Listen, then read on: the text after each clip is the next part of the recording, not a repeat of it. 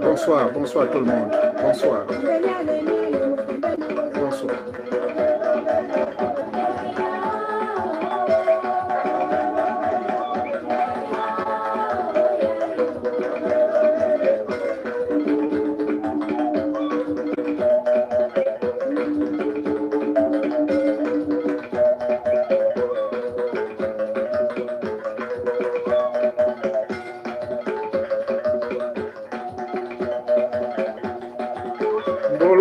Boloanoa, Bolani. Babetang, Minga, Doman, Bourbessa Gabon, and then Domanava. Yako ma Messi, Mbolani o Mbolane.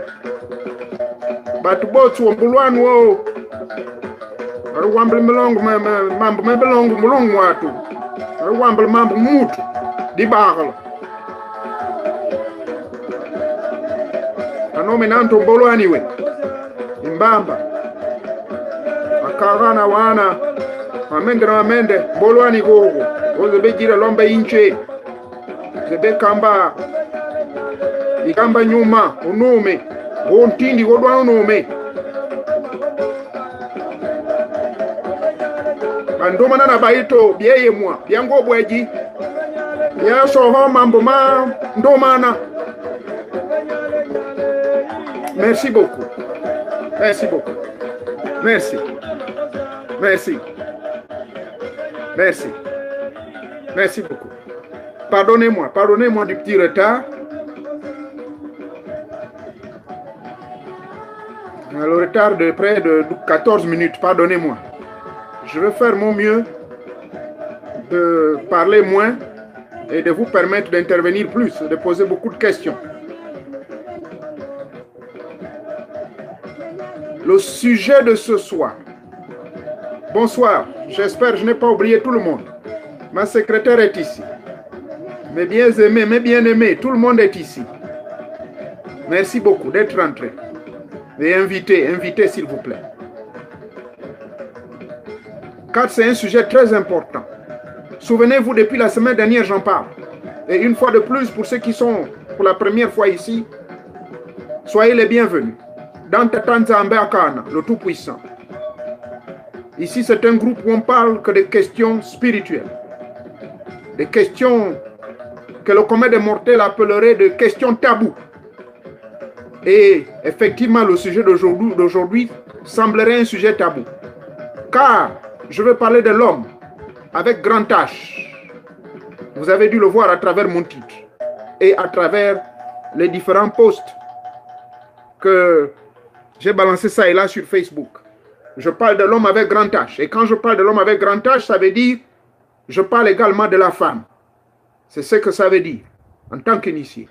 Et même quand vous rentrez dans l'histoire des livres sacrés, ainsi les humains l'appellent, donc les livres qui orientent la vie de la société, vous verrez que quand on parle de homme, on parle homme avec grand H. Donc là, il y a l'homme, genre masculin, et il y a l'homme, genre féminin. Donc c'est de ça que nous allons parler aujourd'hui. Nous allons donc identifier le pouvoir qui est en l'homme. Pourquoi parler de son pouvoir? C'est parce que chez nous au Gabon, en Afrique de manière générale, et j'ai même discuté avec certains amis qui sont asiatiques, ils m'ont dit que c'est le même phénomène partout et ailleurs. C'est-à-dire le phénomène où l'on constate que l'homme perd son pouvoir. Mais quel est ce pouvoir? Permettez-moi ici de vous donner d'abord la définition de l'homme en tant qu'initié. En tant qu'initié, nous définissons l'homme, et d'ailleurs les religions ne vont point contredire cette définition. C'est-à-dire que l'homme est une véritable manifestation divine. Qu'est-ce que c'est la manifestation divine? Il est terre à terre simplement Dieu manifesté. Dieu manifesté parce que l'homme, je parle de l'homme avec grand H, parce que souvenez-vous que la création de la femme selon les livres sacrés, cette création de la femme prit place après que l'homme soit d'abord créé directement par Nzambakana, le créateur de toutes les forces cosmiques, et que parfois à un certain niveau initiatique on l'appelle l'âme universelle. Donc, la création de l'homme, disais-je, l'homme est une manifestation divine. L'homme n'est autre que Dieu manifesté. Il faut d'abord comprendre sa définition avant de parler de son pouvoir. Et à quel moment il a reçu ce pouvoir? Et de quel pouvoir je veux vous pouvoir en parler avec vous aujourd'hui et comment l'homme perd ce pouvoir. Donc, la raison pour laquelle je dis que l'homme est simplement Dieu manifesté, c'est tout simple à comprendre. Allez-y lire le livre de la Bible. Dans le livre de Genèse, ne dit-on pas que Dieu créa l'homme à son image, et à l'image de Dieu, l'homme fut créé, et l'homme fut la ressemblance, et est la ressemblance de Dieu. Donc, par conséquent, vous serez d'accord avec moi pour dire que, en définition, la définition de l'homme, et comme je l'ai toujours dit dans certaines autres interventions,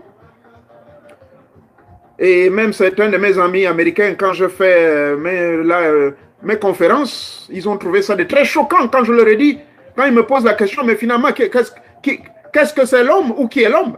Mais je dis, l'homme, vous voulez savoir qui est l'homme? L'homme, c'est Dieu manifesté, simplement. Parce que pour prouver l'existence de Dieu, si quelqu'un vous pose la question, qui est Dieu? Mais dites simplement, Dieu c'est moi, je suis sa manifestation. Je suis l'expression même de Dieu. Je fais partie de l'expression de Dieu. Je suis Dieu exprimé. À partir de la définition même de l'atome, le plus petit élément de la nature, composé de 116 éléments. Je ne reviendrai plus dessus. Donc, l'homme, c'est la manifestation de Nzambakana. Je dirais que c'est un être énergétique. L'homme, c'est l'énergie. L'homme fondamental est l'énergie. Une énergie ou une force qui exprime son êtreté à travers un corps physique qu'on appelle en termes humains l'homme. Mais en réalité, c'est un être vivant.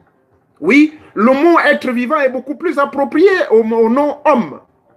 Mais disons que l'homme, nous disons que l'homme est simplement la compilation de la femme et de l'homme. Donc le genre féminin et masculin se retrouve en l'homme, dans sa composante. Bien sûr que ici sur Terre, cet homme a un corps. Sur Terre, vous voyez ce corps qui s'exprime à travers la bouche. Et il y a des sons.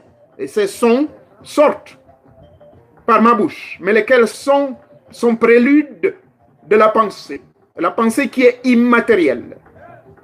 Alors, sur Terre, donc, l'homme a un corps. Et ce corps fonctionne et régule selon les lois préétablies par Nzambakana, le créateur de tout ce qui existe. Et ce corps donc de l'homme fonctionne en tenant compte des équilibres des 4 éléments. Les 4 éléments qui sont l'air, l'eau, le feu et la terre. Et le corps de l'homme que nous voyons fonctionne, n'est-ce pas, selon des principes préétablis. Parce qu'il y a la loi de la pesanteur. Donc, l'homme que vous voyez, l'homme moyen sur la planète Terre, sauf certaines déformations biologiques, mais dans sa nature, l'homme sur Terre a une certaine taille moyenne qui va jusqu'à 2,50 m ou 3 mètres. Serait l'homme le plus exceptionnel. Donc, mais dans d'autres planètes également, l'homme existe. Retenez bien que l'homme, en définition comme étant un être qui représente la divinité suprême, ou en d'autres termes, l'homme étant l'expression divine, ou la matérialité du Dieu exprimé, l'homme est présent dans diverses planètes. Donc l'homme que vous voyez qui vous parle, ou l'homme que vous voyez sur Terre, la Terre n'est pas sa seule demeure, et que l'homme a plusieurs demeures de résidence. Et que l'homme évolue dans ces différentes demeures en fonction de certains principes préétablis ou des lois. Et il y a certaines lois qui en tiennent compte de cette fonctionnalité de l'homme dans ces différentes planètes. On appelle ça la loi de l'apaisanteur. Par exemple, l'homme qui vit sur Terre, selon les lois de l'apaisanteur, peut mieux fonctionner ici sur cette planète Terre. Par contre, dans d'autres planètes telles que Mars, l'homme a d'autres attributs biologiques. L'homme a d'autres formes biologiques. C'est-à-dire, l'homme peut avoir une taille extraordinaire. Une taille qui peut aller jusqu'à 15 mètres de long.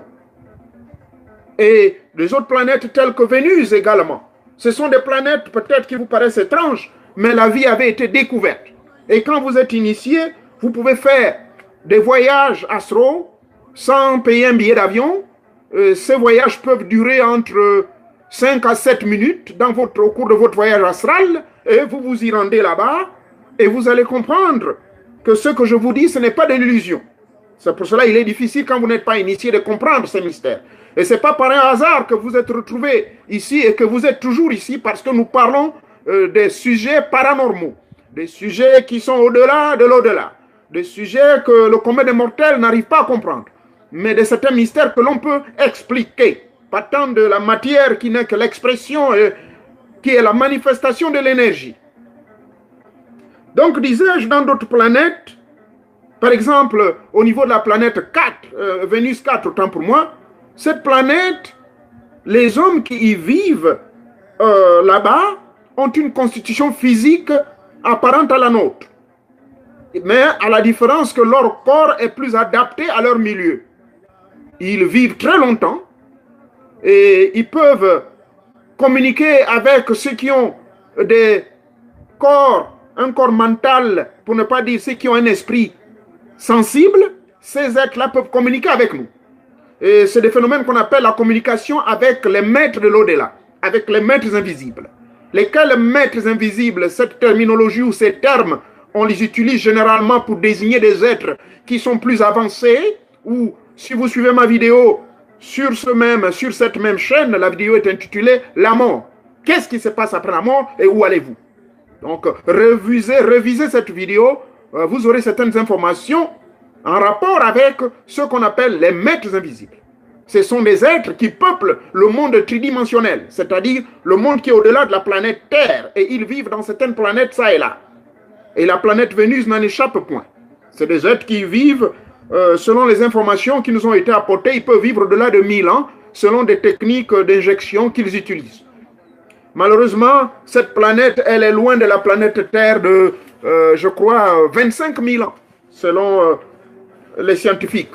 Donc 25 000 ans, ça veut dire, ça vous prendra 25 000 ans pour y arriver là-bas. Et quand on parle du royaume dont Jésus parle, que ton royaume vienne, ben c'est une planète réelle, dans le plan du monde des chrétiens, dans leurs croyances. Et que cette planète, pour y arriver également, ça prend beaucoup, des milliers, des millions d'années, mais en esprit, vous vous y rendez en moins de 7 minutes. Donc, nous allons parler de la composition de l'homme. Parce que n'oubliez pas que le sujet est segmenté en 3 parties. J'ai peut-être oublié de vous le dire au début de mon introduction, pardonnez-moi. Je vais vous parler d'abord, qu'est-ce que c'est l'homme, et ensuite je vous parlerai de sa composition biologique, biochimique et biophysiologique. Et cela est très important de comprendre les composantes de l'homme dans le plan biophysiologique. C'est là que nous allons comprendre les phénomènes des hommes qui deviennent des femmes. C'est-à-dire le phénomène qu'on appelle le phénomène d'homosexualité qui n'a rien à voir avec pédérastie. Et là encore, je vais rentrer dans mon dictionnaire d'initié, je ne vais pas me confier au dictionnaire des hommes. Le terme pédé ou pédérastie ou pédophilie, vous verrez que ça a une grande différence avec le terme homosexualité. Homosexuel. Donc, il faut d'abord que je vous donne la composition chimique, biochimique, biologique, biophysiologique de l'homme pour pouvoir vous expliquer, afin que nous nous entendions correctement, sans pourtant juger ces hommes qui deviennent des hommes gauches, c'est-à-dire qui finissent par devenir des homosexuels, ou ces jeunes femmes qui, à un moment donné, vous verrez que deviennent finalement ce qu'on appelle de lesbiennes. Donc, votre humble serviteur aujourd'hui, avec l'assistance et le concours des grands maîtres ou les génies, va donc vous expliquer ces phénomènes biophysiologiques. Voyez-vous, pourquoi alors un homme finit par devenir une femme, mais pas de manière, comment dirais-je, de transformation physique. Je ne parle pas d'une transformation physique, mais je parle d'une transformation, enfin, d'un certain désir qui atteint cette extasité ou qui atteint ce stade de devenir une forme de femme. Et je vais vous l'expliquer. Donc, je disais que dans la composition donc de l'homme, nous allons parler d'abord l'aspect biologique, biochimique et biophysiologique. Cela doit nous permettre donc de comprendre en réalité qui est l'homme et d'en arriver au pouvoir qui est en lui. Et pourquoi ce pouvoir, parfois à un moment donné, on le perd. Mais qu'est-ce qui se passe pour pouvoir perdre ce pouvoir? Et je vais vous aider. Nous allons tous apprendre aujourd'hui que finalement, le pouvoir de l'homme réside dans deux appareils, dans deux organes très importants. Voyez-vous, je répète que l'homme en lui a la résidence du pouvoir de l'homme, où la manifestation de ce pouvoir se centralise et se focalise dans deux organes précis dans son corps. Mais allons-y d'abord comprendre les mécanismes biophysiologiques, les mécanismes ou les phénomènes biologiques, pourquoi certains hommes deviennent finalement des hommes-femmes, c'est-à-dire prennent le désir d'avoir des rapports sexuels avec d'autres hommes. Ça, vous serez surpris que Mère Nature ne condamne pas cela, car c'est des lois que moi j'appelle en tant qu'initié des lois biophysiologiques, avant d'être des lois physiologiques.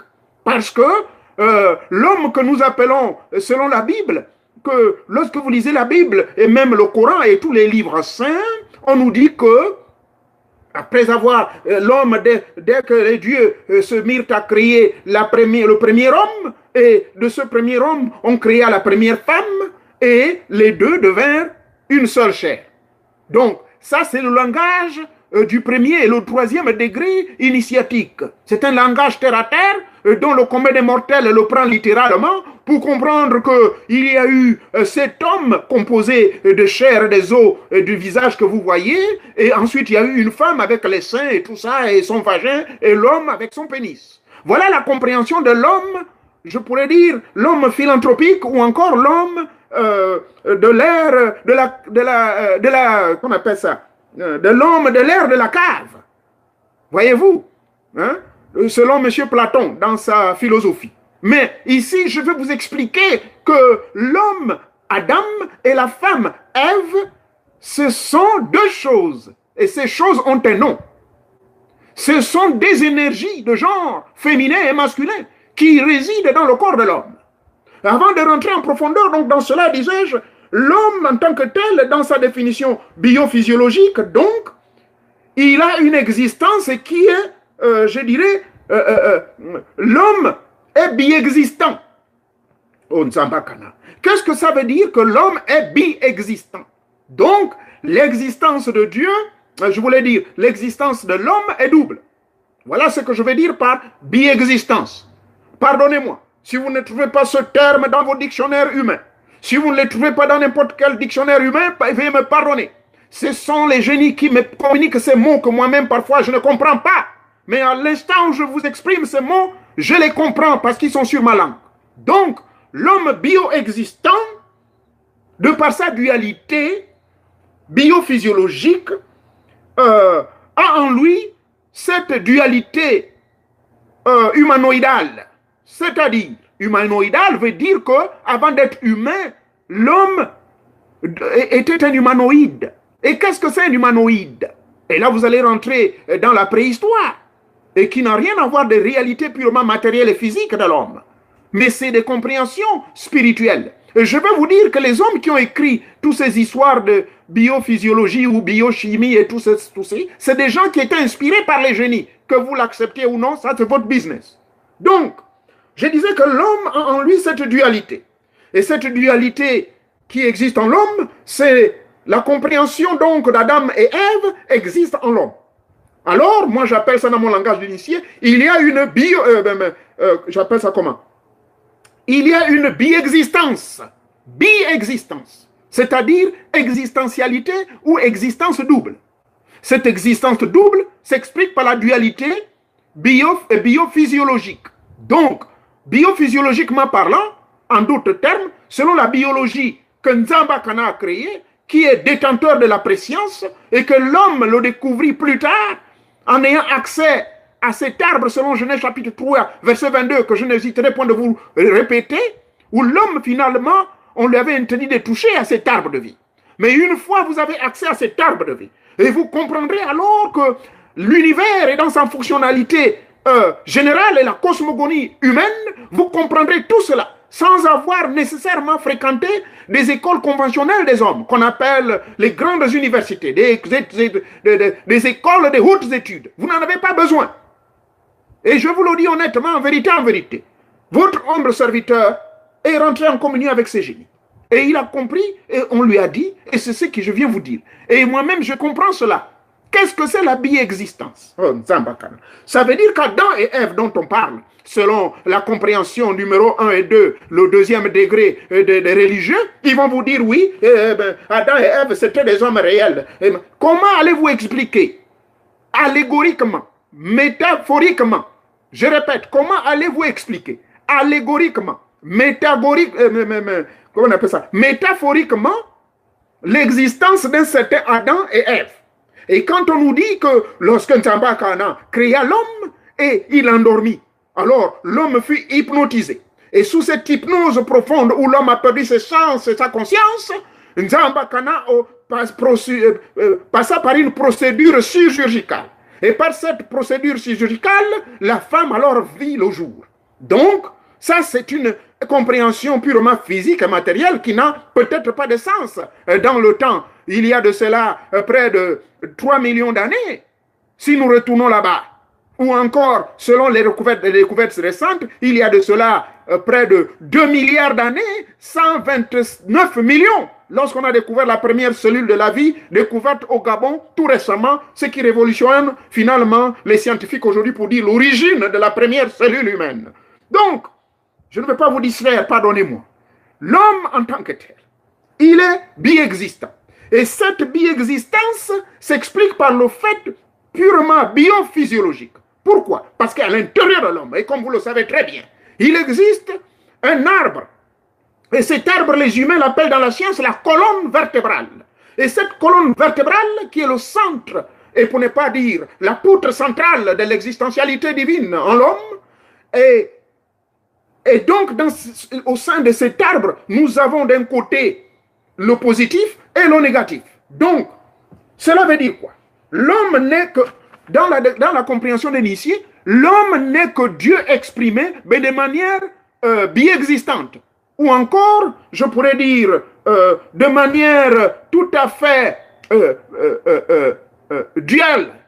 C'est-à-dire, Dieu s'exprimant en l'homme de manière double, à la fois féminin et masculin. Voilà pourquoi on dit que Nzamba Kana n'est ni homme ni femme. Et que certains religieux sont allés jusqu'à dire que la femme de Dieu s'appelle le Saint-Esprit.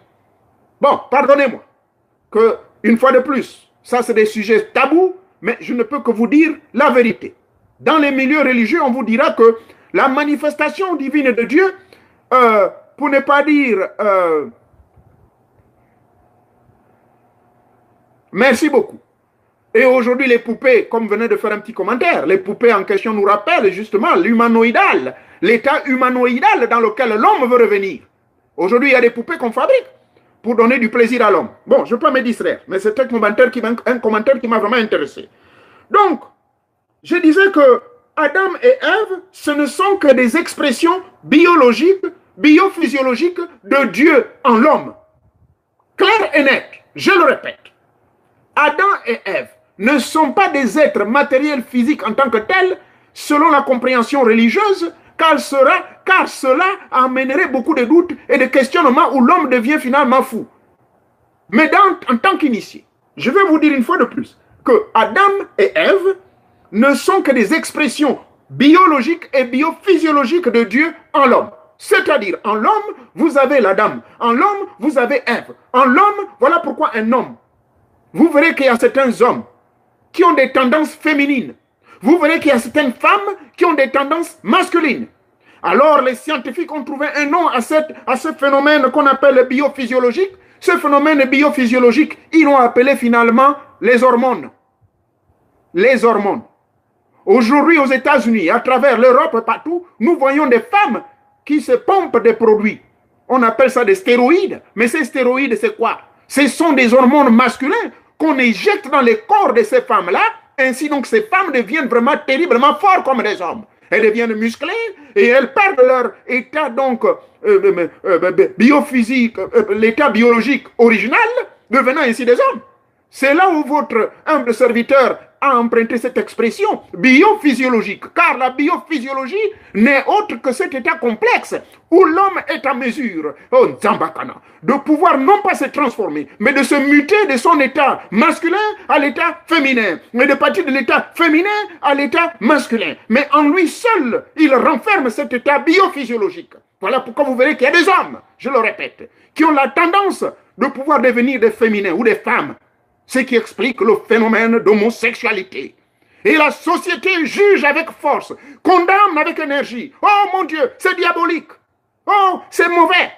Mais c'est parce qu'ils ne comprennent pas la grande science, la préscience de Nzambakana, la science qui est au-delà des sciences des hommes. Pour expliquer cela, je viens parler ici, non pas en tant que teneur, pour ne pas dire faisant partie pris d'une quelconque définition ou compréhension. Je ne fais que vous dire les vérités scientifiques de Nzambakana, la compréhension mystique et ésotérique derrière ce que les hommes n'ont pas peut-être compris depuis le début de l'histoire de l'homme. Donc ça veut dire quoi? Un homme, et vous en connaissez beaucoup autour de vous. Moi personnellement j'en connais beaucoup. J'ai des membres de la famille qui ont fini par exprimer leur féminité. Moi, j'appelle ça expression de la féminité. Et j'en connais également des parentes, donc des tantes, des sœurs, qui ont exprimé leur masculinité. Ah, mais malheureusement, dans la société que nous vivons, aujourd'hui, beaucoup le font par suivisme, ou d'autres le font simplement que, tiens, je peux donc exprimer maintenant ma féminité parce que je suis au pays des Blancs. Mais tiens, je peux donc exprimer ma masculinité. Ma masculinité, parce qu'on est au pays des Blancs, où il y a des lois et des principes préétablis qui donnent la liberté à ces gens-là qui se retrouvent dans ce déséquilibre biophysiologique. Eh oui, le déséquilibre biophysiologique selon votre serviteur, c'est quoi? C'est le fait qu'on vous étouffe.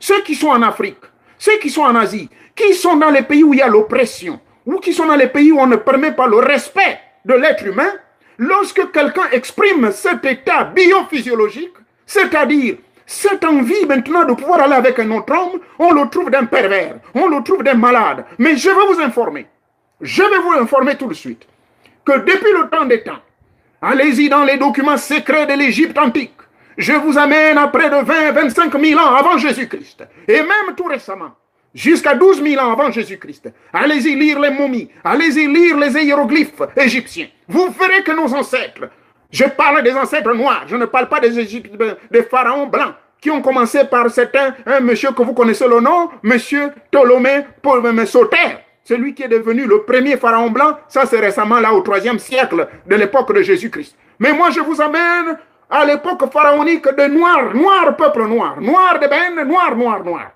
Et là-bas, je vous amène. Allez-y, vous renseignez.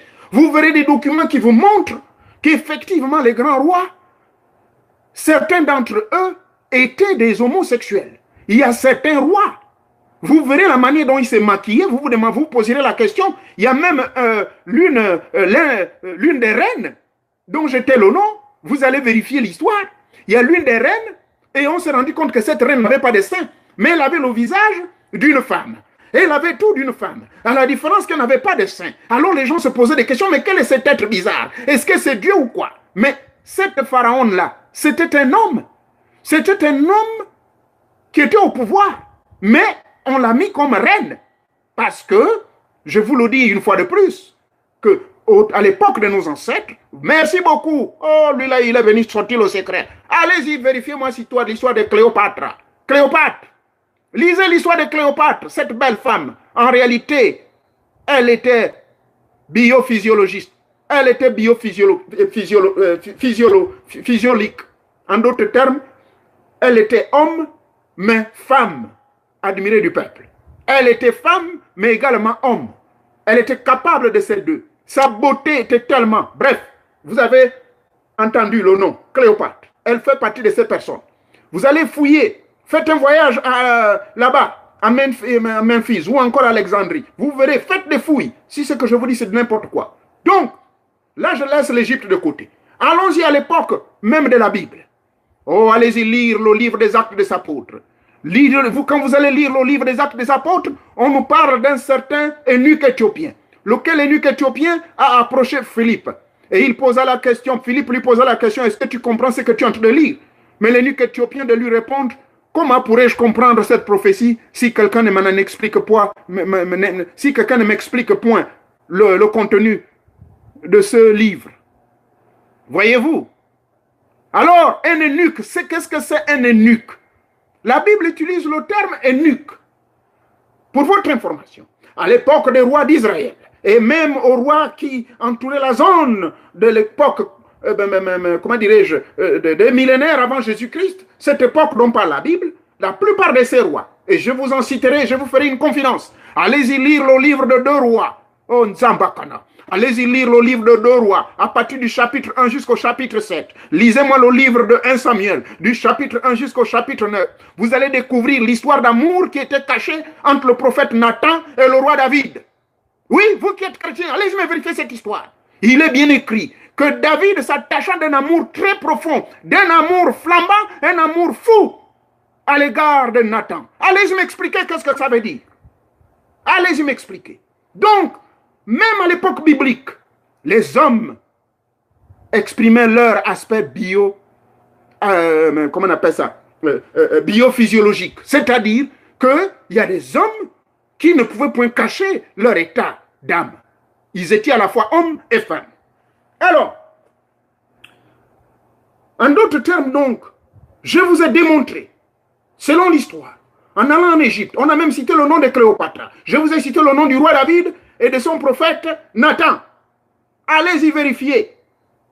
Pasteur, vous qui êtes dans les églises, allez-y me lire cette affaire. Ce verset a été même maintes et une fois justifié par certains pasteurs qui ont fait marier les homosexuels. Ah oui, c'est ce verset-là où il est écrit que Nathan n'a pas caché, le roi David n'avait pas caché son amour profond et très fort à l'égard de Nathan. Qu'est-ce que c'est un amour profond et trop fort? Ça veut dire quoi? Allez-y m'expliquer cela. Allez-y me montrer un verset où il est écrit que tel apôtre ou tel disciple avait un amour trop profond et trop fort pour Jésus-Christ. Il n'existe aucun verset. Donc c'est pour une fois de plus pour vous démontrer que même dans la Bible, l'homosexualité était, on en parle, mais de manière tout à fait voilée. Car ce serait être en contradiction avec Romains chapitre 1 du verset 18 jusqu'à 26, où l'apôtre Paul, observant le comportement délabré et macabre des populations romaines qui faisaient des orgies, des pratiques bizarres, où les hommes allaient avec les hommes, les femmes avec les femmes. Et c'est là où l'apôtre Paul fait justement fait allusion à ce verset-là. Mais quand il fait allusion à ce verset, il n'était pas en train de dire d'une manière directe qu'il condamnait un homme qui exprimait sa vie biophysiologique ou une femme qui exprimait sa vie biophysiologique, parce que Nzambakana est l'expression biophysiologique sous forme de 2 êtres, adamique et évique, c'est-à-dire Dieu, c'est Adam et Ève exprimés en l'homme, parce qu'en nous, nous avons cet arbre qui est en nous, l'arbre de la vie et de l'arbre du bien et du mal, qui est composé et représenté par la colonne vertébrale, ce que nous appelons dans le yoga, dans le pranayama yoga, que votre âme serviteur pratique plus de 30 ans, mais on appelle ça Kundalini, le serpent. Mais ce Kundalini, quand il se lève et lorsqu'il monte, le feu commence au niveau d'où? Le feu commence au niveau du coccyx. Et cela m'amène donc à la base pour vous dire là où se trouve le pouvoir de l'homme. Car vous l'avez bien étudié, vous l'avez bien compris ce soir, que l'homme, c'est Nzambakana exprimé de manière biophysiologique, en double, en lui. Donc il a la partie adamique et la partie évique. En d'autres termes, l'homme a en lui la dualité. Cette dualité divine qui s'exprime par le plus et le négatif, le positif et le négatif, qui s'exprime par l'aspect de la colère, de la puissance, mais en même temps de la féminité qui est la sagesse, la compréhension et l'amour. Parce que l'amour est une qualité divine qui est qualifiée comme une qualité féminine. Et c'est pour cela que vous verrez que nos mamans, les femmes en général, les femmes, elles sont beaucoup plus tolérantes, elles sont beaucoup plus gentilles, elles sont beaucoup plus douces et elles sont plus compréhensives. Mais en même temps, elles détiennent le pouvoir le plus puissant que l'homme. Et ça, c'est ça la vérité. Allons-y et progressons. Donc, puisque nous avons compris cet état-là, nous allons donc comprendre que l'homme que nous avons maintenant compris ici, dans sa définition originale, c'est-à-dire Dieu exprimé, mais de manière biophysiologique, comment dirais-je, selon le genre, donc par sa ressemblance. Et c'est une ressemblance qui est biophysiologique. Donc, Adam et Ève exprimés en l'homme. Ce qui veut dire que le pouvoir de l'homme se trouve quelque part. Je reprends. Le pouvoir donc de l'homme, au vu de ce que je venais de vous dire, doit se trouver quelque part. La localisation centrale du pouvoir de l'homme se trouve dans le vagin de la femme, se trouve dans le pénis de l'homme. Car le coccyx, qui est la base de l'arbre de la connaissance du bien et du mal, représenté par la colonne vertébrale.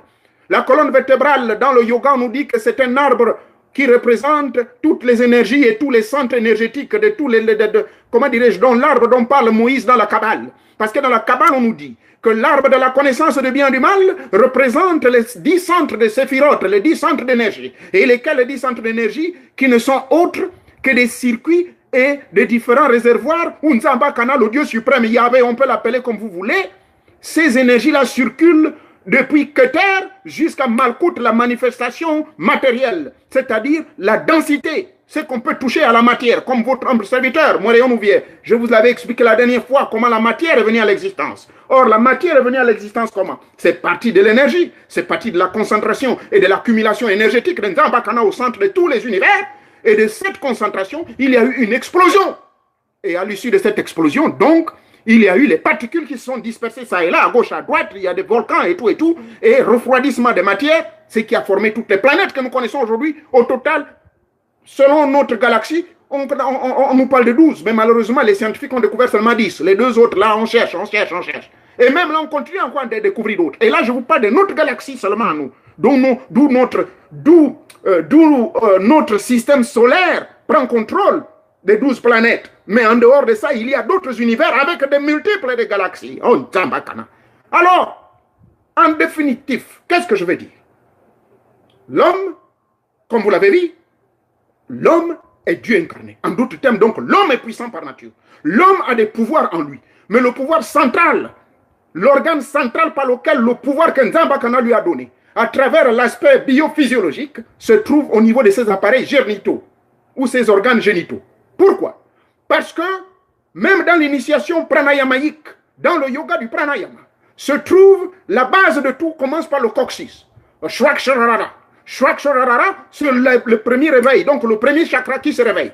Et je vous avais expliqué dans d'autres vidéos, ça s'explique par des phénomènes bizarres, des érections trop fortes.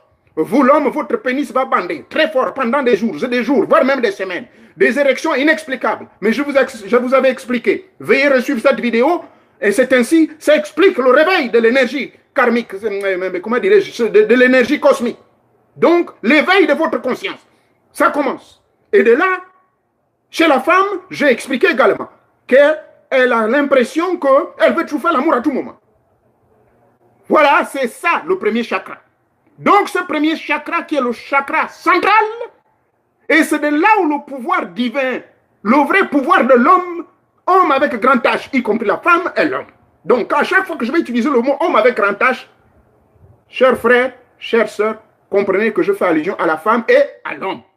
Parce que, au 12e degré de la compréhension de la mystique chrétienne, Adam et Ève n'étaient pas seulement des êtres physiques réels. Allez-y m'expliquer donc, dans ce grand laboratoire où les Elohim, Nzambakana, avec tous ces dieux autour de lui, ont créé l'homme et l'ont endormi dans un profond sommeil. En d'autres termes, ils l'ont mis dans un état léthargique, en d'autres un état hypnotique. Ils l'ont hypnotisé, ils l'ont mis dans un profond sommeil. Et de là, ils ont retiré la côte. C'est ce que le langage littéraire de la Bible dit, n'est-ce pas? Et la femme vint à l'existence. Mais votre humble serviteur vous l'a résumé simplement en disant que l'homme, selon Genèse chapitre 3, selon Genèse chapitre 2, Dieu créa l'homme à son image. À l'image de Dieu, l'homme fut créé. Et c'est ainsi que l'homme devint la ressemblance de Dieu. Mais quand tu deviens la ressemblance de Dieu, ça veut dire quoi? Mais ça veut dire que tu es Dieu manifesté. Ça ne veut pas dire littéralement que tu es le Dieu le Tout-Puissant. Non! N'allez pas me dire ici, là, n'interprétez pas mal ce que je dis. Ça veut dire tout simplement que vous êtes un petit Dieu. En d'autres termes, vous qui me regardez, vous êtes des particules dispersées du Dieu suprême. Vous êtes, vous, des atomes vivants. Tout comme l'atome composé de 106 éléments. Vous êtes les éléments de cet atome original. Vous êtes les éléments composants. Parmi les 8 milliards d'habitants sur la Terre, vous êtes donc Nzamba Kana exprimé. Nzamba Kana exprimé, l'âme universelle se trouve en particules dispersées sur toute la planète Terre. Oh, c'est trop complexe. Allons-y dire simplement comme nos religieux l'aiment dire, notre Père qui est dans les cieux là, que vous appelez, vous êtes sa manifestation. Parce que vous dites dans la prière de notre Père, que ta volonté soit faite sur la terre comme dans les cieux. Mais vous voulez quoi quand vous dites ça? Et Jésus-Christ dans sa prière, quand il dit que, Papa, j'aimerais que tu sois un avec ceux-là qui viendront me croire, non pas mes disciples qui sont autour de moi, mais pour ceux-là qui croiront en moi, vous qui me suivez, moi, Moréon, ou bien qui vous parle. Donc nous autres là qui allons croire en lui, mais Yeshua, Jésus-Christ dit que, Père, fais en sorte qu'il soit un avec toi, tout comme moi, Yeshua, je suis un avec toi. Mais dans cette unité, et dans cette unité, de quoi parle-t-il?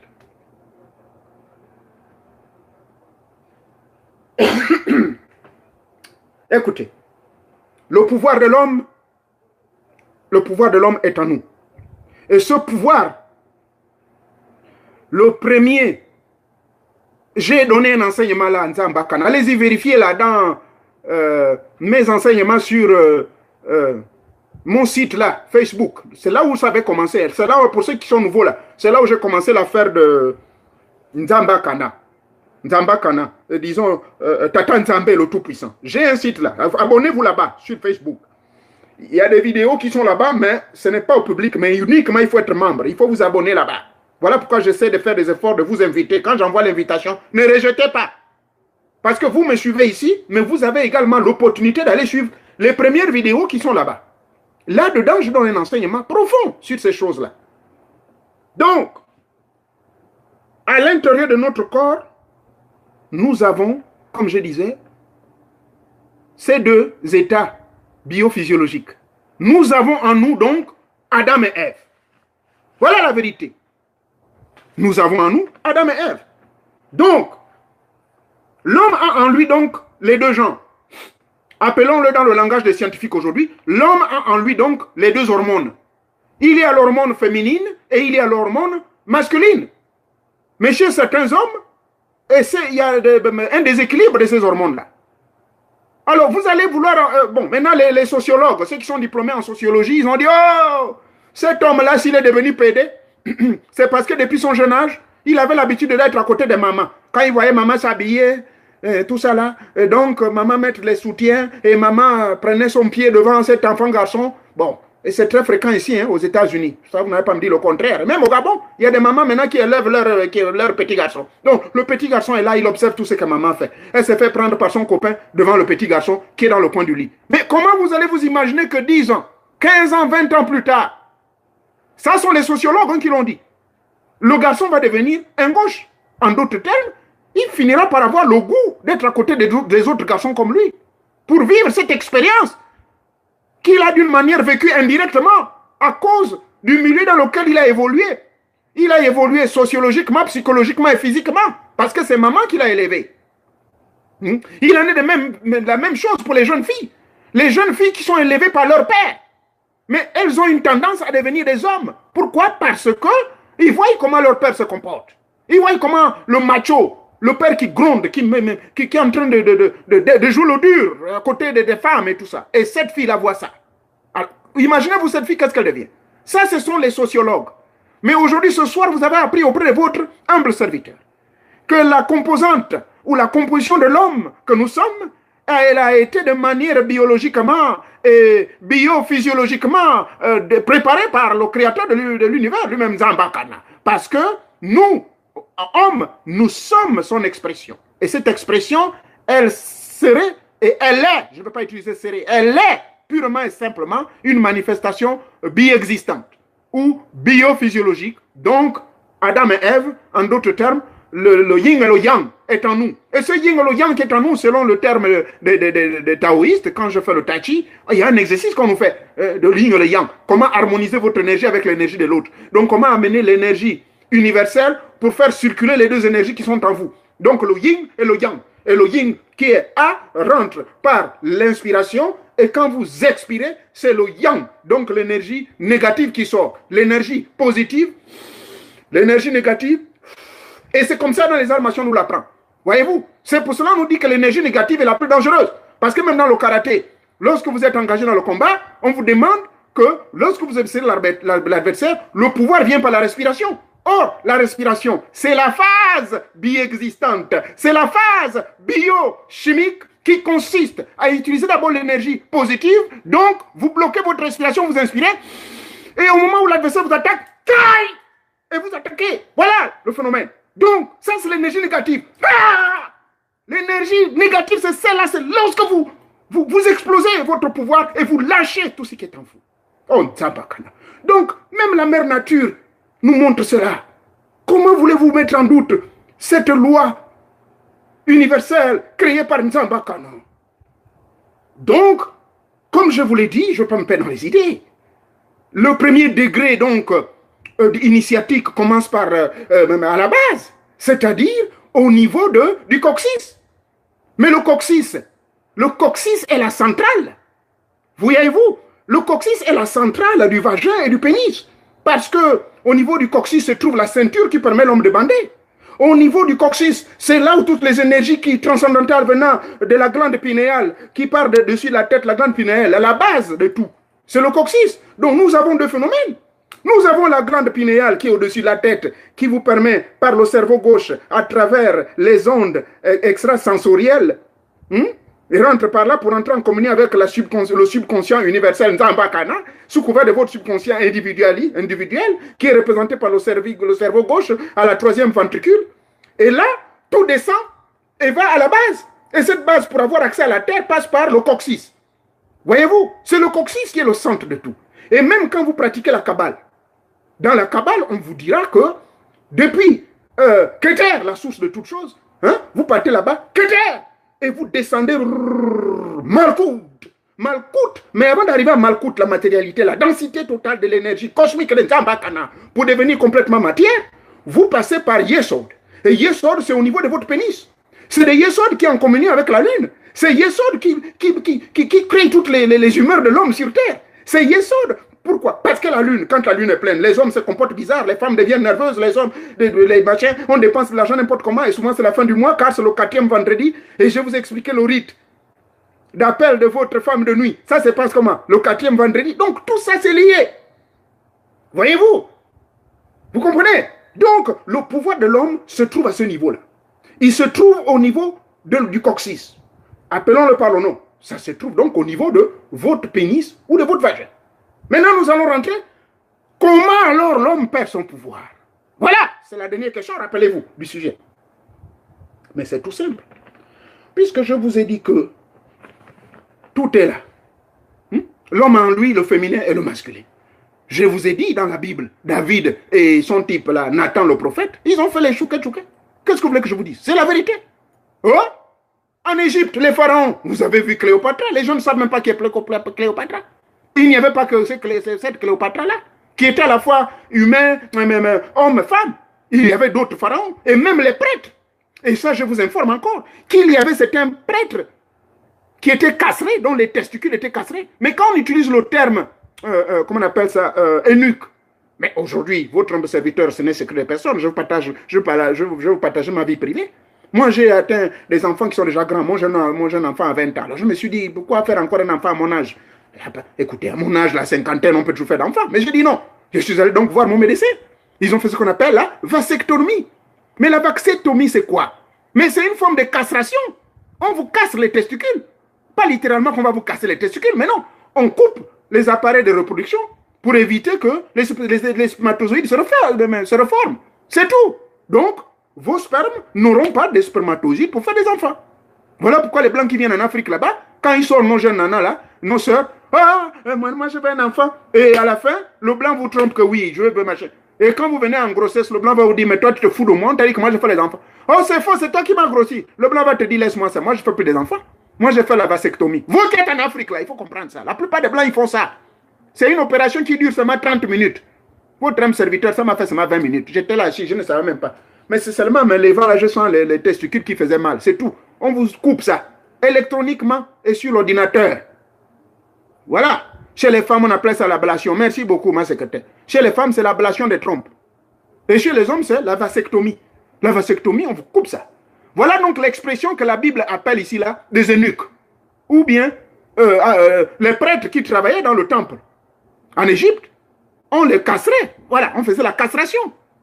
Le roi avait peur que ces mecs-là peuvent coucher parce que la plupart, c'était des gars costauds, surtout les gars du corps. Hein? Les gars du corps du roi, qui étaient au palais du roi, c'était des mecs très robustes. Hein? Et parmi eux, je crois, il y a un là, on parle.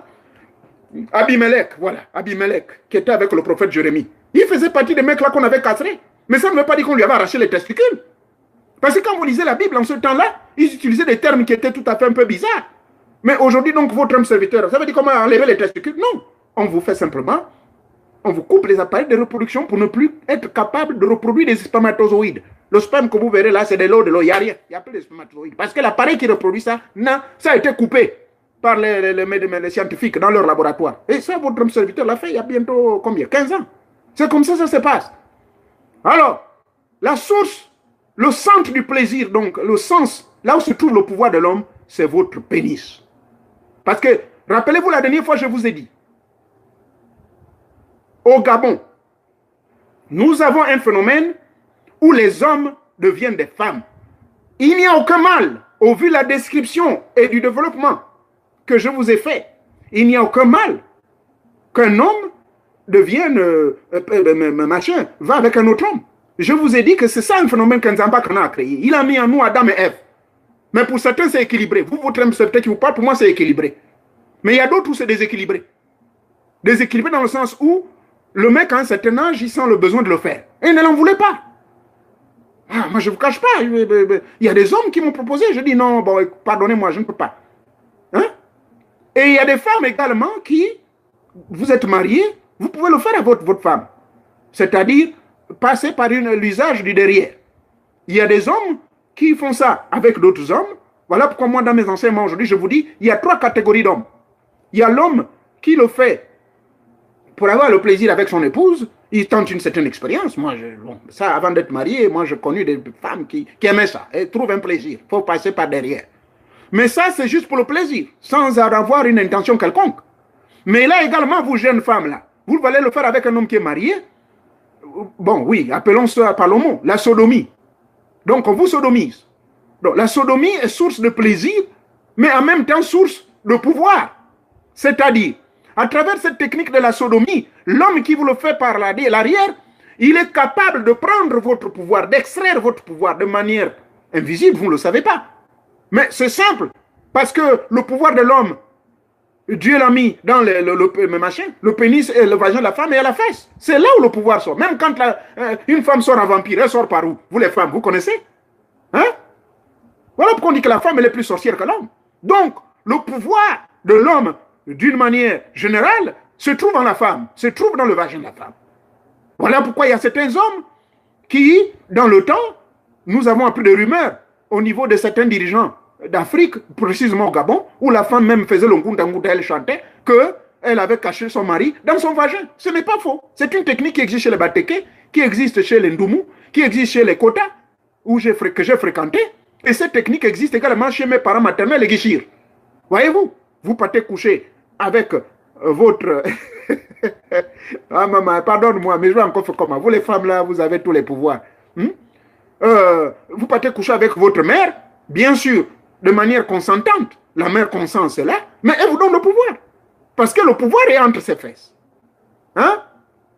Donc, Il y a l'homme qui le fait pour le plaisir. Il le fait avec la femme si la femme accepte. Bon, il y a certains facteurs. Par exemple, si le volume dépasse les normes, bon, la femme va dire, bah, écoute chérie, on ne va pas se casser le cul pour ça. Laissons tomber. Pardonnez-moi. Bon, il y a l'homme qui fait avec un autre homme. Juste pour le plaisir. Voyez-vous? Il y a des hommes qui sodomisent d'autres hommes juste pour le plaisir. Et nous connaissons un frère à nous. Il ne le cache pas. Il le parle tout le temps. Je ne vais pas citer son nom, mais vous le connaissez. Hein? Lui, il a son ami, mais sauf que lui, il est bisexuel. Ça, c'est ce qu'il clame, il dit. Ça veut dire qu'il le fait ça avec l'homme pour le plaisir. Rien que pour le plaisir. Il ne le fait pas avec le blanc là, que le blanc là va lui prendre son pouvoir. Non. Il fait également avec les femmes et il a du plaisir. C'est un mec qui bande. Mais, enfin, je ne sais pas, je n'ai pas vérifié, mais c'est ce qu'il dit. Qu'il aurait même fait des enfants. Bon. Par contre, le troisième homme, il y a des hommes qui le font, c'est-à-dire qui reçoivent constamment, juste pour le plaisir, parce qu'elle a atteint son aspect biophysiologique le plus avancé. Donc, elle a retrouvé sa féminité. C'est le cas de Cléopâtre. Ah oui, elle a retrouvé sa biophysiologie, son état biophysiologique. Donc, elle se retrouve dans son compte. Il y a des hommes comme ça. Ils font toute leur vie, ils restent comme ça. Ils ne font l'amour qu'avec d'autres hommes. Et ces mecs-là, en bas là-bas, ils ne sont plus trop puissants. Parce que tout leur plaisir est centré maintenant par le derrière. C'est différent des hommes qui sont bisexuels.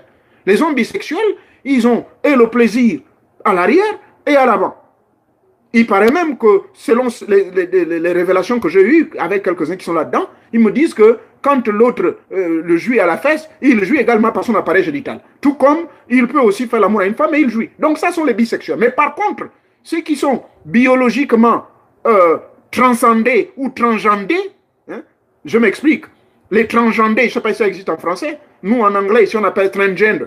Donc, c'est les mecs qui sont passés par des transformations biophysiologiques pour devenir femme ou devenir homme par une opération chirurgicale. Donc, on arrache tout.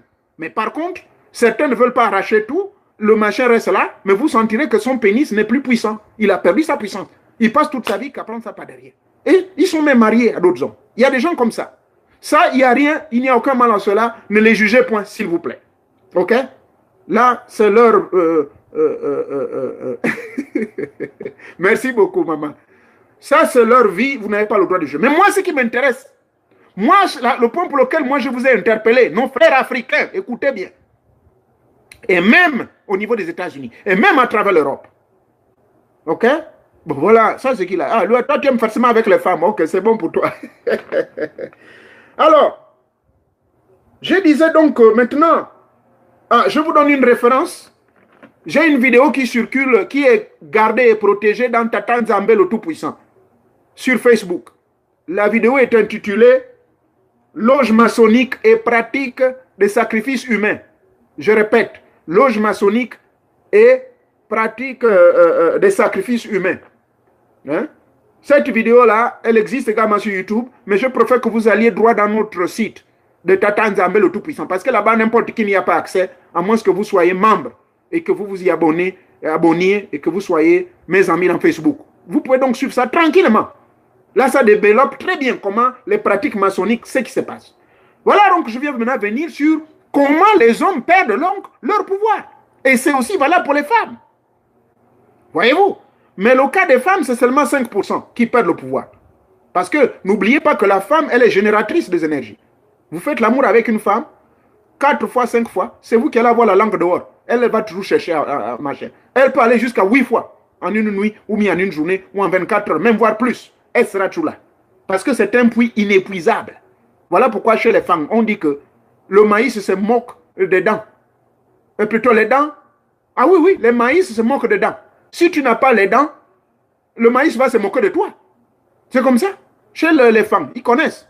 Donc, il ne faut pas blaguer avec nos mamans femmes là. Et nos mamans Kota. Hein? Ou les mamans Tsoro.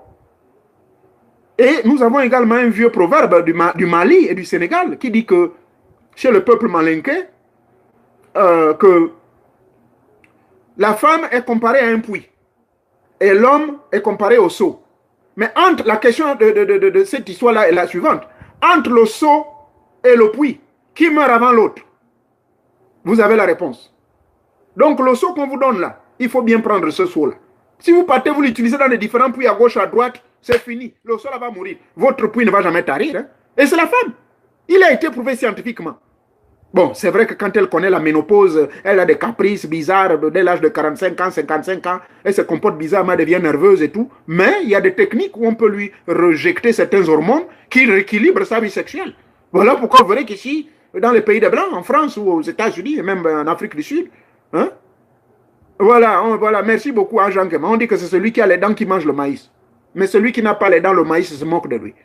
Voyez-vous? Donc, on a les femmes aujourd'hui, jusqu'à 85 ans, il est prouvé qu'une femme sexuellement peut être encore active sur le lit. Voyez-vous? Maintenant, si vous avez une femme pareille, et que vous, à l'âge de 60 ans, 70 ans, vous commencez maintenant, vous faites appel à Viagra. Mais Viagra, c'est pour juste vous bloquer psychologiquement. Quand vous n'avez pas Viagra, il est mort. Donc, voilà pourquoi. Bref, ce n'est pas ce qui m'intéresse. Ce qui m'intéresse ici, ce sont les pratiques derrière l'homosexualité. En Afrique, en Europe, et dans la plupart des loges, je vous l'ai dit, dans les loges maçonniques, mais pas n'importe lesquelles. Surtout ceux qui sont dans les loges maçonniques, mais qui appartiennent à la secte qu'on appelle Illuminati. Cette secte Illuminati, qui est une partie malheureusement démoniaque de la maçonnerie, ils ont intégré une technique là-dedans de sodomisation. On sodomise même les enfants. C'est dommage.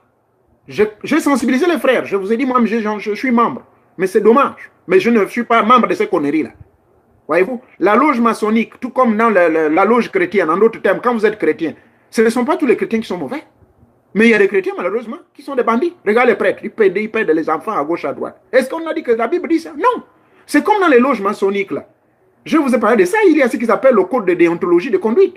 Dans leur code de conduite, dans la déontologie des 25 principes, c'est bien clair, préétabli comment un vrai maçon se comporte dans la société. La première année qu'ils utilisent la Bible. Donc, malheureusement, au niveau du Gabon, je vais sensibiliser mes frères gabonais et africains. Je vous en prie. Aujourd'hui, pardonnez-moi, on ne parle pas politique ici. Mais malheureusement, les réalités sont celles-là. Quand les activistes, les hommes qui sont sensibilisateurs des masses, viennent parler, demandent aux Gabonais de se réveiller, demandent aux hommes de se réveiller, aujourd'hui, il y a cette lenteur-là. Ce n'est pas forcément l'eau de la ECG. C'est vrai que ces pratiques ont eu lieu. Et ça fera l'objet de notre enseignement. Mais j'en ai parlé. Jonas et moi, on en a parlé plusieurs fois. Je suis fatigué de parler de ça même. Parce que les Gabonais ne veulent pas comprendre. Hein? En 2017, Ali Bongo Andimba avait fait venir des marabouts au Gabon. Bon, ça, tout le monde le sait. Même Ali le sait. Tout le monde le sait. Ce n'est pas un secret. Mais ici, on ne parle pas des machins, des politiques. Donc, vous, les jeunes hommes là, s'il vous plaît, j'aimerais que vous me partagez cette vidéo là-haut. Allez-y sensibiliser les jeunes Gabonais. C'est devenu une monnaie courante. On va vous mentir que c'est une technique d'humiliation. Oui, au Gabon, on va vous dire que c'est une technique d'humiliation parce qu'il faut d'abord vous humilier pour grandir. Ils interprètent maintenant à la lettre ce que Jésus avait dit que les derniers vont être les premiers. Donc il faut être dernier d'abord, on doit te rabaisser pour que tu montes. C'est faux. C'est faux et je le dis avec la grande énergie. Donc parmi ces techniques d'humiliation, on va vous faire ça à l'arrière. Allez, je suive ma vidéo sur les loges maçonniques. J'ai expliqué comment ça se passe. Ce rite-là existe. Mais c'est symbolique. Le maître vient derrière vous, il met quelque chose à l'entrée de votre fesse. Mais ce n'est pas son pénis qu'il introduit dans votre anus. Mais aujourd'hui, nous avons des gens qui sont tellement vicieux en Afrique et au Gabon. Les gens sont tellement devenus vicieux au point où, à chaque fois, vous allez rentrer là-dedans, parce que vous ne le savez pas, vous les jeunes diplômés là, vous avez les masters, vous avez des licences, vous avez des doctorats, vous partez. Oh non, machin, c'est la technique d'humiliation, c'est en fait de vous élever. Le mec qui vient vous le faire, il prend son pied sur vous, c'est pour vous dominer. Donc, c'est comme ça que vous perdez votre pouvoir que Nzamba Kana vous a donné. Je vous ai dit que le pouvoir de l'homme se trouve au niveau du coccyx. Or, le coccyx est le lien entre votre appareil génital et votre anus. Il n'y a que ces deux trous-là, ou ces deux endroits qui sont source de plaisir. Ou le pénis donne le plaisir, ou le vagin donne le plaisir, ou même l'anus donne le plaisir. Mais c'est à travers ces deux entrées-là que les hommes viennent puiser et voler votre pouvoir par des techniques de sodomisation. Et ces techniques de sodomisation sont sous le contrôle de certaines forces démoniaques, venant des forces des ténèbres. Ok? Je sais de quoi je parle. Je suis dans le monde des mystères depuis longtemps. Et vous ne voulez pas comprendre. Arrêtez-moi cela. Voilà pourquoi la majorité des hauts cadres de la société gabonaise, et je suis désolé, la majorité, ils sont là-dedans. Même les ministres qu'on nomme là, on les fait passer par dedans. Ils étaient chauds, chauds, chauds, chauds, chauds. Mais maintenant, dès qu'ils rentrent là-bas, c'est fini. On les voit maintenant là. Ils sont en train de défendre Mordicus maintenant, les gens qui sont là-bas. Pourquoi? Mais c'est parce qu'on leur a fait ça là, dit à l'arrière. Alors on leur dit, c'est la vérité. Ça s'appelle technique d'humiliation. Mais c'est faux. Une véritable technique d'humiliation afin de devenir un vrai maître. Je connais, je suis dans la loge depuis 1974-75 par mon grand-père. On ne m'a jamais mis ça derrière. Ce n'est qu'un bâton symbolique qu'on vous met à travers la fesse qui symbolise le pouvoir, parce que le maître vous donne ce pouvoir. Votre maître se met derrière vous en signe de vous transmettre le pouvoir. Jésus-Christ l'a fait. Si vous lisez le livre de Marc, on nous dit que Jésus-Christ a passé la nuit avec un jeune homme. Et ce jeune homme est sorti nu. C'est écrit dans la Bible. Est-ce que ça veut dire que Jésus a baisé ce mec? Pardonnez-moi. Non. C'est des rites. Et ces rites ont été incorporés dans les loges maçonniques. Mais dans certaines loges maçonniques, ils deviennent des pervers, des sodomisants, des sodomiseurs. Cher peuple gabonais, chers compatriotes, chers frères africains, vous qui êtes musulmans, chrétiens, on vous voit rentrer dans ces conneries-là. Arrêtez-moi ça. On vous vole votre pouvoir et vous n'aurez plus de valeur dans votre vie. Je vous le jure, et c'est la vérité en vérité. Donc quand vous prêchez dans vos religions que vous irez en enfer, mais voilà l'enfer que vous préparez. Voilà la vérité. Donc le pouvoir de l'homme, on le perd comment? Mais on perd son pouvoir en tant qu'homme lorsque on se fait prendre par l'arrière. Lorsqu'on soi-disant passe par des techniques d'humiliation qui ce n'est que du mensonge, on vous vole votre pouvoir. Et malheureusement au Gabon, il y en a plein de sectes qui le font. Et même au sein des églises. Au sein des églises, j'en ai vu des prêtres, des pasteurs autant pour moi, qui demandent la sœur de prier, et pour prier, c'est de pouvoir mettre les mains derrière son machin, devant son appareil génital. Alors que c'est de cette sorte qu'ils sont en train de vous voler vos pouvoirs. Le pouvoir de l'homme, homme avec grand H, femme comme homme, se trouve dans vos appareils génitaux. Pardonnez-moi. Ça se trouve dans vos appareils génitaux.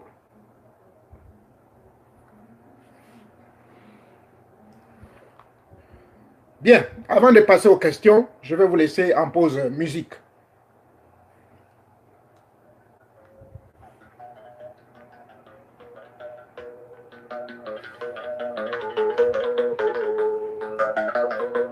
Je vais vous laisser en pause musique avant de passer aux questions. C'est un sujet très passionnant, mais je suis limité par le temps, dommage. Voulez-vous que je rentre encore dans les détails? Je vous l'ai déjà dit, que ce soit dans les Rose-Croix, dans les maçonneries, et même dans les boutiques Misoko, et dans n'importe quelle boutique, je suis du boutique moi-même, je sais de quoi je parle. Les gens deviennent vicieux. Ils vont vous dire, courbe-toi, on ramasse l'argent, et on te met ça. Occuper un poste, on va te le faire. Rentrer dans le gouvernement, on va te le faire. Mais mon président Jean Ping, et tous les gouvernants qui vont être au gouvernement de Jean Ping, ils ont été sensibilisés et je leur ai parlé de ça. C'est des pratiques qui doivent prendre fin. Et cela prendra fin sous le nouveau règne de la nouvelle République.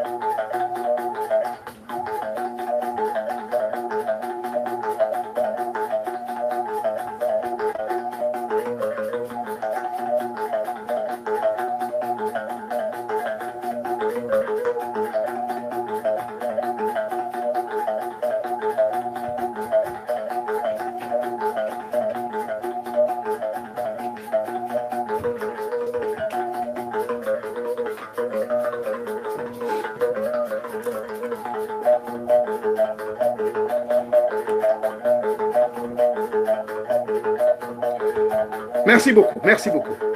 Merci, merci. Quel détail vous voulez encore? Ah là là.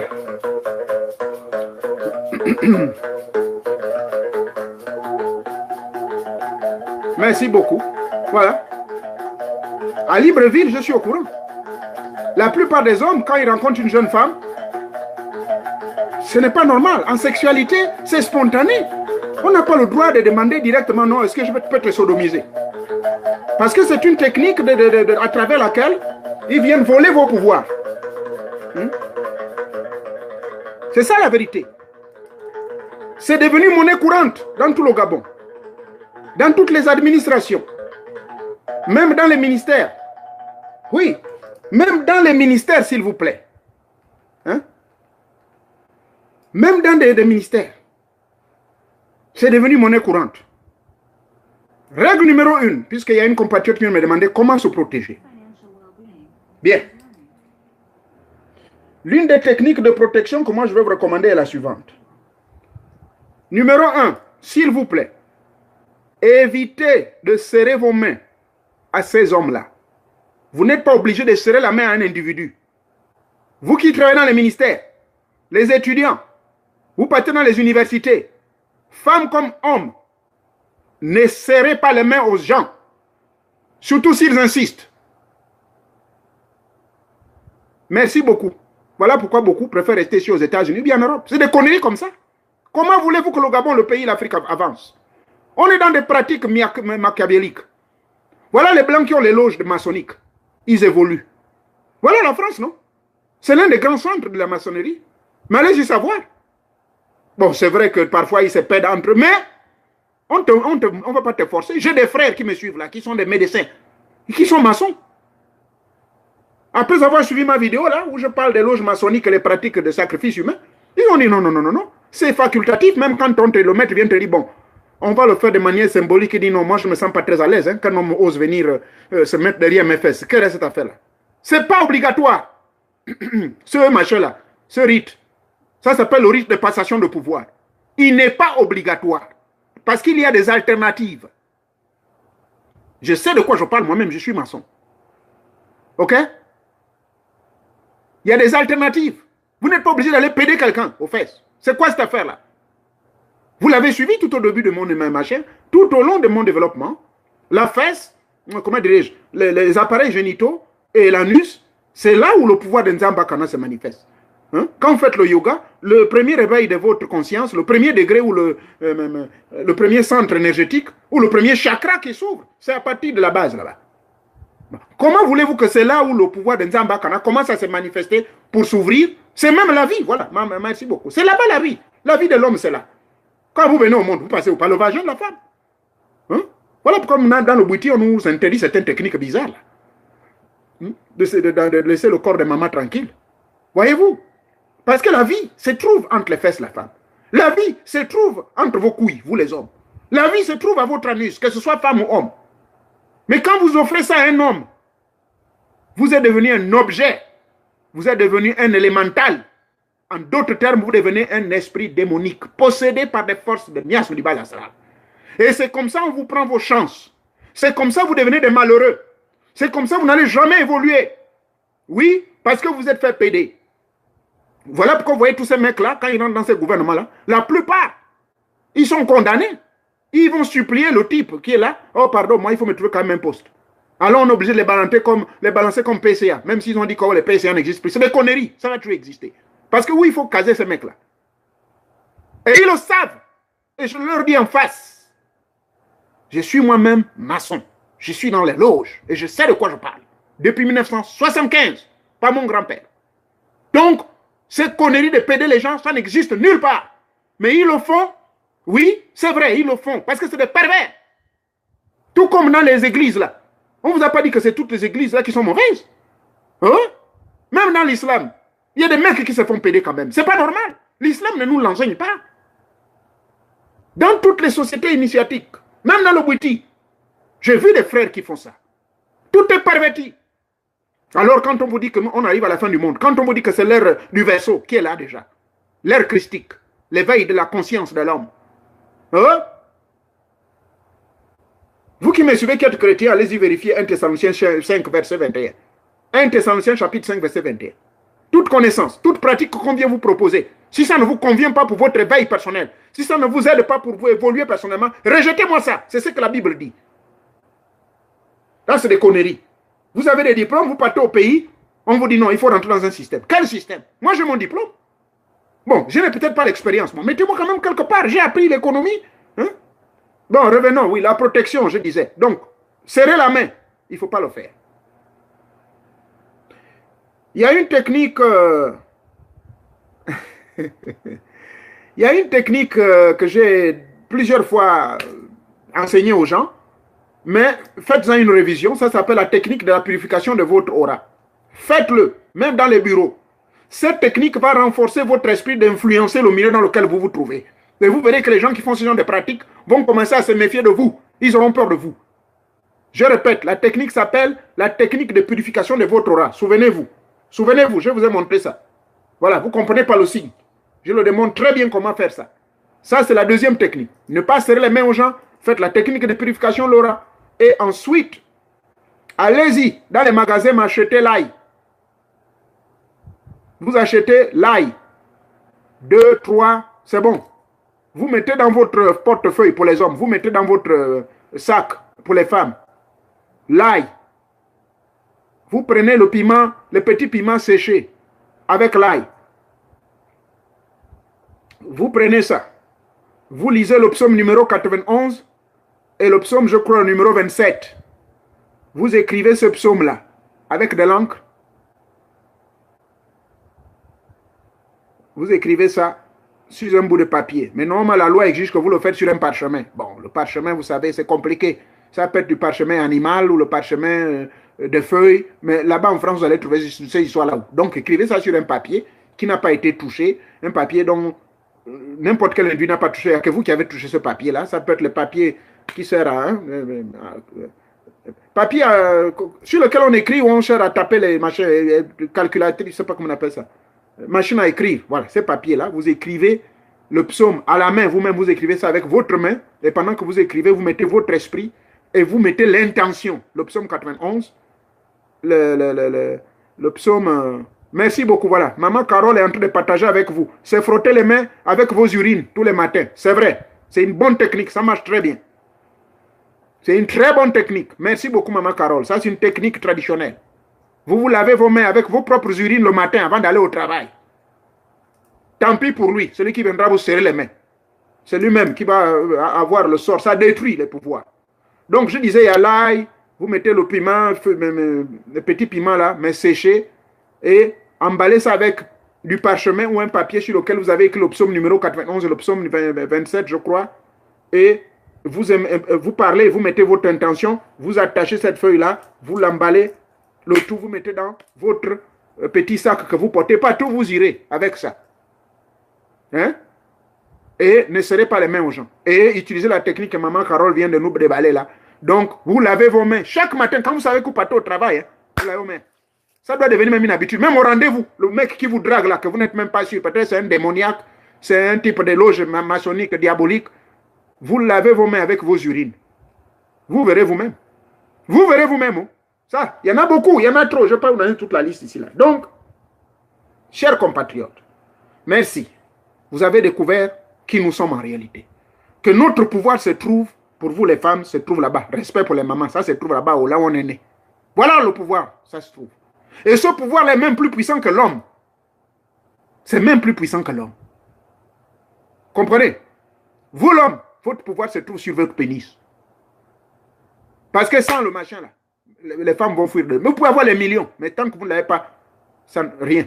Voilà pourquoi on dit que ça a le pouvoir. Nzamba Kana vous a donné le pouvoir sur ces deux choses-là. L'anus et votre appareil génital. Par conséquent, c'est à travers ces deux éléments-là que les voleurs d'énergie et de pouvoir utilisent. J'ai oublié de vous dire, il y a aussi des hommes, au niveau du Gabon et en Afrique, non seulement qui prennent plaisir à se faire péder, mais à travers la sodomie, ils vous volent vos chances. Et je vous parle des hommes de haut rang, qui sont même présidents. Je sais de quoi je parle. Présidents, ministres, directeurs généraux, ils ont cette technique-là. Vous les verrez, ils sont comme des femmes toujours. Ils se promènent là, ils n'ont pas de caleçons. Et quand il va vous recruter, vous prenez rendez-vous. Ah, mon petit, mets-moi ça là-bas. Et quand vous le faites avec la capote, il prend la capote. Et votre sperme, vous les jeunes hommes là, ce sperme-là, c'est votre pouvoir. Donc vous avez compris, hein? Donc il y a des hommes qui aiment se faire prendre par l'arrière dans le but de voler votre pouvoir. Et il y a des hommes qui aiment faire ça aux autres par l'arrière dans le but, celui qui est sur vous là, quand il vous le fait, que ce soit la femme ou l'homme, quand il vous sodomise, c'est pour voler votre pouvoir. À des fins mystiques, à des fins d'évoluer dans la société à travers les forces occultes. Vous-même, vous voyez quand ils font les crimes rituels, non? Quand ils font les crimes rituels, qu'est-ce qu'ils prennent?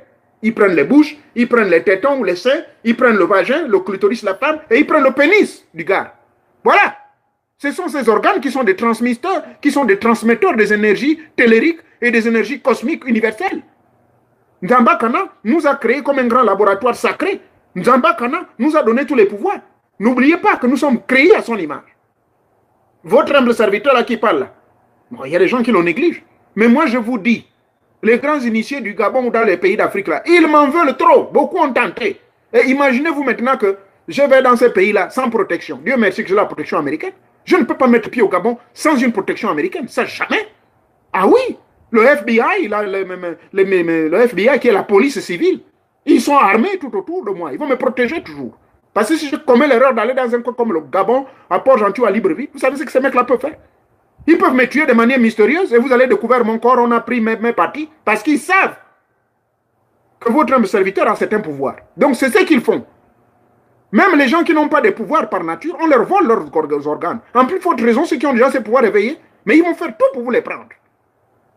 Donc, et autre technique de méfiance.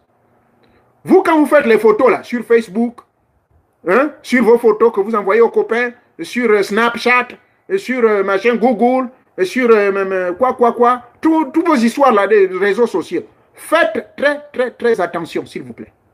Faites très attention. N'envoyez pas vos photos. Mais vous voyez votre homme serviteur quand il prend ses photos, le secret est le suivant. Quand vous prenez une photo, et même là quand je vous parle, je sais quand il faut mettre la pause et je sais quand il faut sortir la parole. Je vous ai montré le secret là, du yin et du yang. Quand l'adversaire vous attaque, vous le voyez venir. Mais c'est au moment où vous contre-attaquez, vous déchargez. Donc quand je parle, je décharge des paroles de force. Quand vous parlez, vous déchargez des forces. Mais quand vous écoutez, bloquez. Quand vous écoutez, n'acceptez pas, ne rentrez pas. Est-ce qu'on se comprend? Quand vous écoutez quelqu'un qui vous parle, bloquez la respiration, bloquez tout. Et fixez-le dans les yeux. Et si vous respirez, vous dites, je refuse ce que vous dites.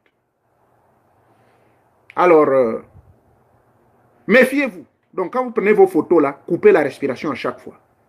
Que ce soit même les vidéos, coupez les respirations. Et si vous respirez en disant, ma respiration est la respiration divine. Respiration divine. Je suis en Dieu et Dieu est en moi. Je suis en Dieu et Dieu est en moi. Je suis en Dieu et Dieu est en moi. Dieu est en moi. Donc pendant que vous respirez, vous dites ça.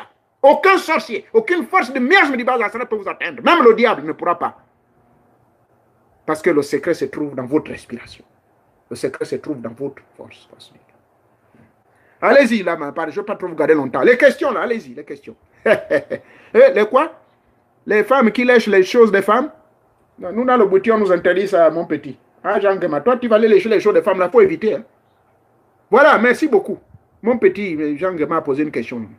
Il a dit que maintenant, pour les hommes qui vont lécher les choses des femmes, ça, là, si la femme, là, n'est pas votre femme, si vous n'êtes pas légalement marié, si ce n'est pas votre fiancé que vous connaissez bien, et que vous avez des projets, et que vous l'avez regardé en vampire, tournez, elle est simple, vous pouvez le faire. Mais si c'est les femmes d'occasion, les femmes mariées, que vous allez à gauche, à droite, faire des conneries, même les femmes des ministres, là. Je vous avais déjà dit ça. Savez-vous qu'il y a des ministres dont papa là-bas est mort, mais qui utilisent leurs femmes pour aller voler les énergies auprès des jeunes hommes? Est-ce que vous le saviez? Donc, les femmes d'affaires, les femmes qui épousent des grands types, des femmes qui épousent même la femme des présidents, elles souffrent parce que sexuellement, elles ne sont pas satisfaites. Le mec ne passe pas le temps auprès d'elles. Il va qu'à gauche, à droite, à gauche, à droite. Donc ces femmes-là, elles ont besoin parfois de se faire satisfaire. Et leurs maris le savent. Voilà pourquoi il y a des grands initiés qui sont capables de vous faire prostituer. Je m'explique. Si je suis marié, au cas je suis marié, j'ai ma femme, je peux mettre l'esprit du sexe dans le corps de ma femme pour que ma femme devienne bordel. C'est-à-dire, elle va dehors là-bas, elle aura toujours envie de faire l'amour avec les hommes à gauche, à droite. Il y a des initiés qui font ça. Mais ils le font à double raison. Ils le font pour que cette femme-là aille voler les énergies auprès des jeunes à gauche, à droite, des hommes avec qui elle va coucher, et il les utilise pour lui-même pour rajeunir et devenir très puissant dans sa vie. Voilà, ça c'est des secrets des grands maîtres que je vous donne. Donc méfiez-vous. Comment allez-vous lécher la machin d'une femme que vous ne connaissez pas? Il faut éviter certaines choses. Posez l'autre question. Allez-y, avant qu'on se quitte. Avez-vous d'autres questions?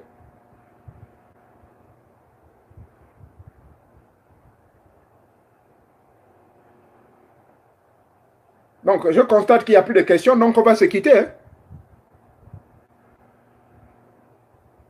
Oh non, mais comment? On va encore faire comment? C'est ça, c'est pour vous avertir, maman. Il y a des hommes qui font ça. Ils sont là avec vous, mais vous pensez que vous l'aimez, mais... J'ai posé cette question parce que les femmes ne veulent pas faire l'amour avec moi. Oh, mais toi, tu as quel problème pour que les femmes refusent de faire l'amour avec toi? Tu es sorcier ou bien tu es mort ou quoi? Quel est ton problème? Je blague quand je dis ça. Mais il y a sûrement des raisons fondamentales. Hein? Oh, mais maman Ida, oui, le bisou sur le front. Bon, ça c'est pour quelqu'un que tu aimes bien, mais qui n'est pas dans leur histoire là. Hein? Quelqu'un me pose la question comment se protéger des voleurs des énergies. Là, vous m'amenez dans un autre chapitre. Hein? Ça va être l'objet de notre enseignement là.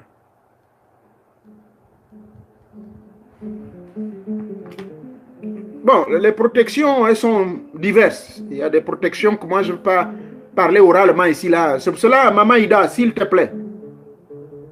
Ah bon, d'accord, là, j'ai compris. Parce que tu refuses de faire ça. Oui, mais quand elles te font ça, ça veut dire que c'est grave. Il ne faut pas... Non. Je sais qu'il y a certaines qui le veulent naturellement, mais il faudrait que ce soit quelqu'un qui vive avec vous déjà depuis un bon moment. Vous comprenez? Ah oui, c'est source de plaisir également. Surtout si vous le savez bien. Si vous savez bien faire, comme le chat ou quoi là. Bon, je vais pas rentrer dans ces détails là, pour éviter d'être pervers. Là, j'ai compris.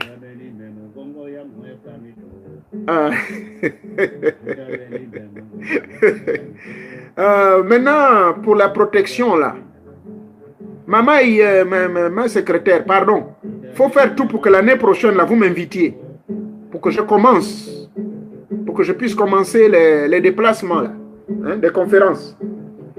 Parce qu'au cours des conférences, je peux vous donner des techniques pratiques.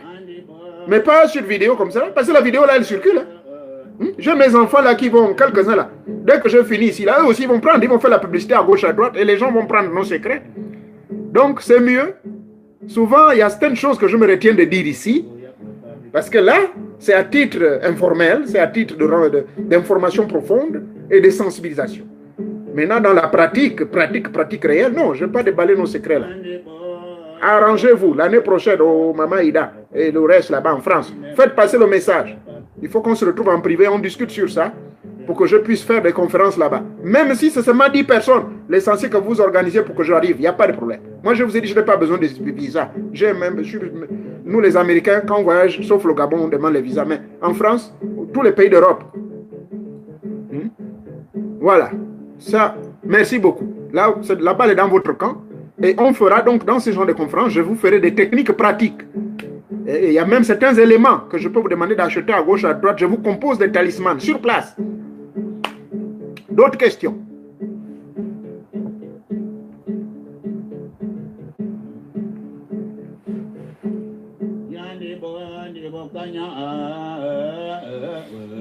Bon, écoutez, ça m'a fait plaisir de ce temps que nous avons passé ensemble. Merci beaucoup, merci beaucoup. Merci beaucoup, Ida. Merci.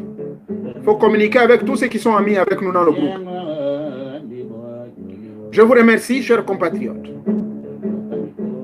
Quelle est ta question, Rod? Excuse-moi, j'ai dû t'oublier. Quelle est la question que tu m'as posée là? Tu m'as posé la question sur les protections, si je ne me trompe pas.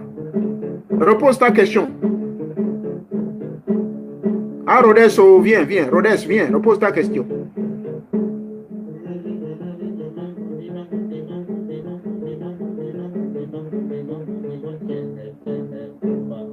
Le pouvoir des menstruations, les hommes qui aiment la fellation, oui. Bon, ah là là, il y a deux questions là. Oui, les hommes qui aiment la fellation, bon, écoutez, si c'est un homme, mais les blancs en général, ils ne le font pas avec mauvais cœur. C'est une source de plaisir et beaucoup de gens aiment ça. Bon, la fellation, il n'y a aucun mal. Mais également dans les pratiques mystiques, ça a également un pouvoir. Pardonnez-moi, on a été interrompu. On a été interrompu un moment là. Là là. Il y a certaines choses qu'on m'a interdit de répondre. Donc, la question de Maman Rode, là, je ne peux pas la répondre. Les maîtres m'ont demandé de ne pas répondre à cette question. Sinon, je peux dire que c'est source de plaisir. Bon, maintenant, sur les menstrues des femmes également, ça détient un pouvoir dans certaines composantes, dans certains plats. Mais ça, c'est surtout beaucoup de pratiques que les femmes utilisent en vue d'envoûter leurs hommes. Donc, la question sur le pouvoir des menstrues chez les femmes, oui, les menstrues, c'est une technique de Luanabar ou Tobrossi, comme disent les femmes. Tobrossi. Et ce Tobrossi, il a fait en sorte que finalement, l'homme reste bloqué pour le reste de sa vie. Quel que soit ce qu'on pouvait faire, il devient ma boule. Donc, les menstrues sont l'un des éléments que les femmes utilisent. Donc, je vous remercie beaucoup. Nous allons ainsi nous séparer sur ce, en écoutant un peu quelques airs de musique du pays. Je vous remercie une fois de plus. C'est un sujet comme vous l'avez constaté. J'ai été peut-être un peu trop sur l'émotion, mais vous savez, à chaque fois que je parle de ces choses, ce sont les maîtres, ce sont nos génies qui me demandent de parler de ça. Et cela dépend des circonstances. Notre peuple africain est en train d'aller droit en enfer, pas de manière littérale, mais en d'autres termes, ils vont dans la perdition. Parce qu'il y a des choses qu'ils font qui ne sont pas normales. Leurs organes que Nzamba Kana leur a donnés, créés pour leur bien, pour leur plaisir, ça devient une source de pouvoir pour certains. Vous avez été sensibilisés. Faites réellement le message et surtout sensibiliser les jeunes. Parce qu'ils sont beaucoup plus les appâts faciles. Et parlez, adressez-vous à toutes nos sœurs qui se contentent. Ne les condamnez plus. Les sœurs dont vous verrez que la masculinité vraiment domine en elles, c'est-à-dire qu'elles aiment aller avec d'autres femmes, il ne faut pas les condamner.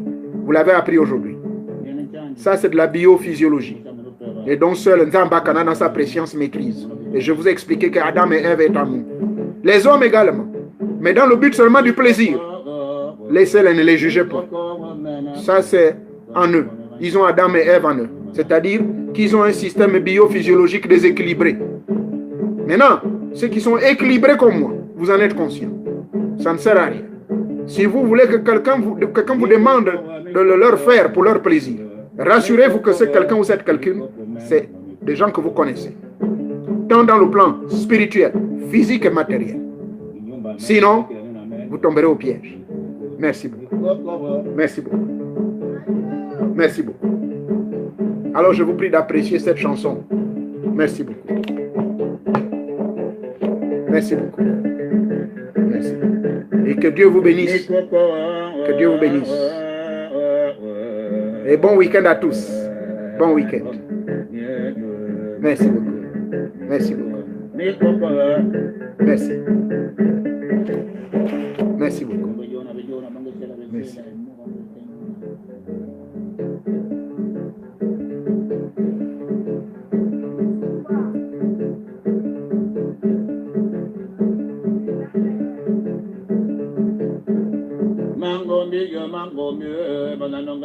Merci beaucoup et bon week-end à vous également. Merci. Merci. Merci. Merci beaucoup. Merci. Merci beaucoup. Merci. Merci.